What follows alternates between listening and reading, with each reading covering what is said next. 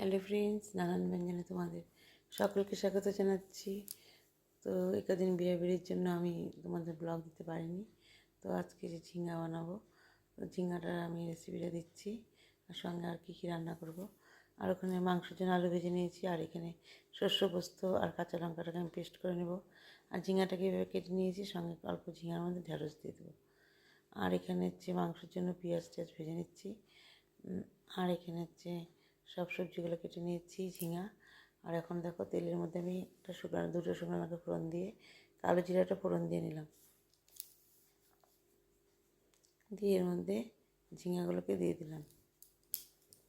ঝিঙাগুলোকে মিশিয়ে তেলের মধ্যে দিয়ে কালো জিরা দিয়ে এখন এর মধ্যে টমেটো দিয়ে লবণ হলুদ দিয়ে এখন এটাকে মিশিয়ে নেব। তো এখন একটু এটাকে ভেজে নিচ্ছি।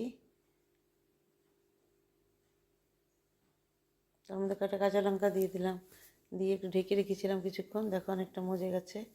এখন এর মধ্যে আমি আলুটাকে দিয়ে দেবো, ভাজা আলুটাকে। যেহেতু আলু দিব সেই জন্য আমি এরকম লম্বা করে কেটেছি, নাহলে গোল গোল করেই খেতে ভালো লাগে আমার কাছে। তো এখন এর মধ্যে শস্য পোস্তটা দিয়ে দিচ্ছি।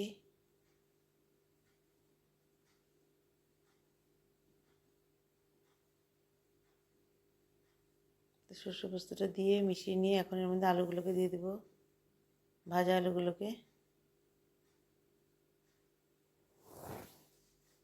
ঝিঙে থেকে দেখো অনেক জল বেরিয়ে গেছে।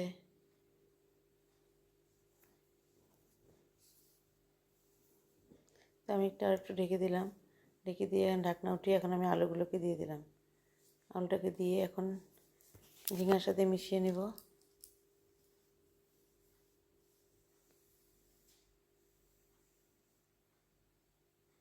এর মধ্যে সামান্য একটু চিনি দিয়ে দিচ্ছি, দিয়ে আমি এখন ঝিঙাটাকে একটু কষিয়ে নিয়ে তারপর নামিয়ে নেব। তো চিনিটাকে ভালো করে মিশিয়ে দিচ্ছি।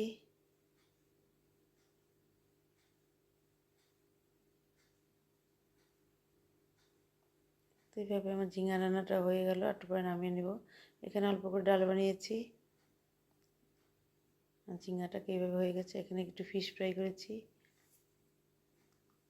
আর এই মাছগুলোকে রান্না করব, এখনও হয়নি, এটা লবণ হলুদ দিয়ে মাখিয়ে রাখছি। আর এখানে অল্প চিকেন করেছি, আর ওখানে অল্প শাক। এইভাবে আমার রান্নাটা হয়ে গেল। আর আমি এখন মাছটাকে তরকারিটা বানাবো। আর ঝিঙাটা এইভাবে হয়ে গেল। নমস্কার।